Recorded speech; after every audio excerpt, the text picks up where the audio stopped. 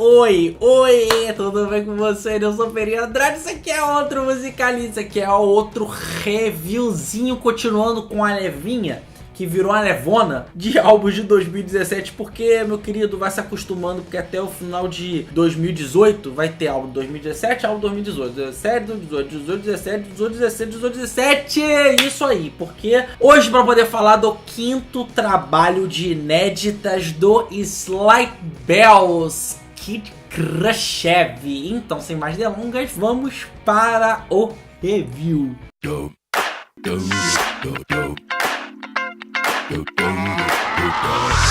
Rapaz do céu, Slight Bells, banda que eu vou falar que eu não imaginava que eu ia falar aqui do Musicalize. Não imaginava, mas é sempre bom quando essas bandas que eu não imaginava muito, pego porque eu fiquei na curiosidade. Porra, achei interessante, eu vou falar aqui, beleza, é isso que acontece. Quinto trabalho de inéditas do Slight Bells seguido, sendo que os quadros anteriores foi o Jessica Rabbit de 2016, o Better Rivals de 2013, o Reign of Terror de 2012 e o Treats de 2010. Esse aqui é um mini albinho, tem 7 faixas, 21 minutos, bem rapidinho, bem agradável, bem gostosinho de se ouvir, francamente mesmo. E por isso, inclusive, que ele foi, eu acho que uma bela de uma porta de entrada de verdade pra mim, os Slight Bells. Eu já conhecia os Slight Bells, já tinha ouvido uma coisa e outra, mas, sei lá, não me descia completamente, eu achava muita confusão às vezes, achava o som muito epilético. Eles têm uma vibe, principalmente nos dois primeiros trabalhos, de um electroclash, mas eu acho que muito incessante, muito rave pra minha cabeça, que eu não sei, eu não gosto desse tipo de sonoridade, mas não achava ruim, eu só não conseguia apreciar a plenitude. E à medida que os anos foram passando, os álbuns foram passando, já começando no Jessica Rabbit, que foi o álbum anterior a esse aqui, eles foram aliviando um pouco a sonoridade. Se nos dois primeiros eles são muito essa coisa electroclash, essa coisa epilética, caos pra caramba, incessante, sem fôlego. O terceiro é meio que um pop mais cáustico, mais raivoso, e o Jessica Rabbit, ele começa já a aliviar as coisas, ele começa a ficar uma coisa mais calma, ele começa a ficar uma coisa mais agradável de se ouvir, mais calma, mais contemplativa nos seus parâmetros, no seu quadrado. E aqui é realmente o aperfeiçoamento da fórmula, porque eles conseguem aqui trabalhar de um jeito muito interessante. Tanto a voz da Alexis Krauss, que é a vocalista, que ela tem uma voz meiga, uma voz doce, uma voz suave. Muitas vezes aqui nesse álbum, inclusive, frágil, uma coisa meio de inocente assim, mas quando precisa passar raiva, precisa passar pressão, ela consegue. Mas trabalhando bem a voz dela, trabalhando bem as ambientações sintéticas, as batidas do álbum, com as guitarras meio que bluseiras, sujonas e com aquele viés eletrônico ali do Derek Miller. Eu acho que tudo aqui funciona de um jeito muito legal. São 7 faixas de 21 minutos, poderia soar repetitivo, poderia soar faltoso o álbum, mas na minha opinião ele é bem variado até dentro do que a banda quer apresentar, por ter essa calma mais, por ter uma cadência maior, ver um equilíbrio maior das partes. Eu acho que as coisas são menos desesperadas, mais harmônicas, e você consegue entender melhor as nuances. Por exemplo, na Favorite Transgressions, que é a segunda faixa, é a faixa que lembra mais o electroclash do começo de carreira. As batidas são mais vibrantes, mais pulsantes, como não precisam ser, mas tem um lance ali, um grito, um coro, uma cantada que é meio celestial, meio valquíria nórdica, assim.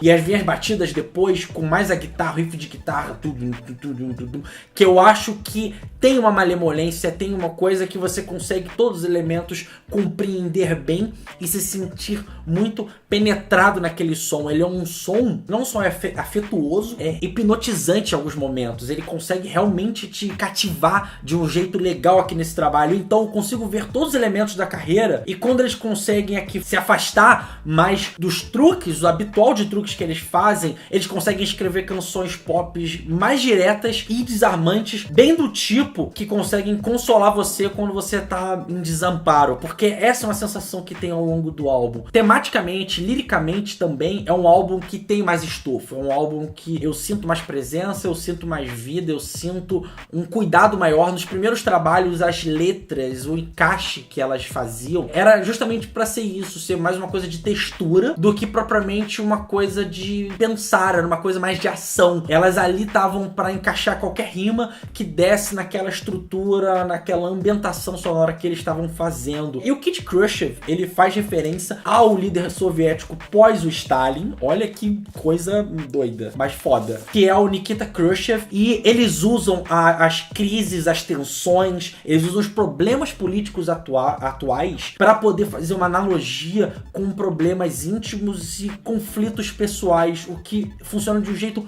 muito legal no álbum. Pensando atualmente essa relação amor e ódio que parece que os Estados Unidos têm com a Rússia, odiou vários anos, fica naquela coisa meio super inimigo, mas não consegue deslargar o cara, jogar pra escanteio de vez, você, porra, tipo, vive tua vida. Não, você sempre ameaça, você sempre tá na minha vida, mas já foram aliados muitos anos atrás e meio que deram uma flertada recentemente também, mas brigaram de novo, nessa coisa vai e volta. Então fica várias vezes a ameaça sendo uma coisa pessoal, ou seja, o conflito seja uma coisa extremamente íntima entre duas pessoas, entre uma família, entre uma coisa assim, ao mesmo tempo que a escala pode subir para um lance global. Eles ficam nessa dualidade de ser problemas do mundo, problemas pessoas. Eles fazem isso uma hora, fazem isso outra, quando não fazem ao mesmo tempo, o que é muito interessante. A sonoridade é uma puta de uma mistura do rock industrial do Nine Inch Nails com o lance mais denso do Portishead, mas tem um lance bem, às vezes, sensual nas músicas, meio sombrio também, mas o estilo meio bluseiro, meio cool do The Kills, de se tocar, de se cantar, de se ter malemolência, e a veia pop forte que quando eles conseguem fazer, principalmente na parte dos refrões, a voz da Alexis Krauss me lembra em vários momentos lances como Cardigans, como No Doubt. Eu acho muito, muito foda. O álbum ele consegue ser ao mesmo tempo ele ser sensível, raivoso, torto, contido, e ele consegue ser complemento ao Jessica Rabbit, que não tinha tanto estofo, mas já apresentava esse tipo de sonoridade, e que eu não acho aqui que é exatamente o ideal. Eu acho que aqui tem elementos muito bons, eu acho que eu consigo ver momentos memoráveis, momentos que podem ser reutilizados pela própria banda de um jeitos mais interessantes, ou de jeitos diferentes, ou que possam servir de influências para outras bandas. Inclusive, o jeito que eles misturam a música eletrônica, o rock, o pop aqui, o jeito que eles fazem tudo isso é legal, mas eu acho que, por exemplo, se eu reclamo que é muito incessante, é muito eletrizante no começo da carreira, aqui falta um pouco disso. Eu acho que eles poderiam trabalhar melhor músicas mais porradas e mais rápidas desse jeito mais cadenciado, sacou? Ou pelo menos ter faixas assim, porque isso dá mais escopo, dá mais amplitude para o que eles estão fazendo. No geral, é um álbum que eu acho bem agradável, é um álbum que eu acho bem gostoso, como eu disse. Quando eles conseguem fazer menos, porque aqui nesse caso menos é mais, eles conseguem acertar na mosca, a maioria das vezes. Todas as 7 faixas conseguem ter uma identidade própria. A Florida Thunderstorm, uma coisa quase acústica, uma coisa quase contemplativa, que nunca se viu na discografia da banda. A End Sense tem uma fragilidade muito bem-vinda ali na música. Tem uma hora, inclusive, que a Alexis Krauss, ela se pergunta se ela não é só uma casca de um homem, a vulnerabilidade que ela tem nessa faixa. A Blue Trash Matters Fire é a música talvez mais legal, pelo menos com os riffs mais marcantes do álbum. Quando ele vem de guitarra, ele vem alongado, ele vem pesado, ele vem sujo. Favorite Transgressions no lance mais o mais próximo do que era o eletropop, quando ela precisa ser um pouco mais cadenciada, e tem ela consegue trabalhar bem o vocal dela nessa faixa, porque ela quase canta como se fosse uma valquíria, uma deusa, uma entidade fazendo um e vem as batidas firmes depois. A Rainmaker, que é uma mistura de um lance meio de tensão com uma coisa mais sexy também, eu acho muito maneira isso. Então cada uma dessas músicas tem o seu lado interessante. Para um álbum de 21 minutos, 7 faixas, nossa, é realmente muito bem-vindo isso. Por isso que eu vou dar nota 7 para esse trabalho. Então foi isso, esse foi o review. Se você gosta do Slight Bell, se você gostou desse review, não se esqueça de curtir, de compartilhar, de comentar aqui embaixo. Peça o que você quiser de 2017, que eu não fiz ainda, que eu vou fazer. Tem alguns álbuns que eu vou fazer já que pessoas me pediram, e é isso aí. E aquele beijo, aquele abraço e aquele tchau. Fui.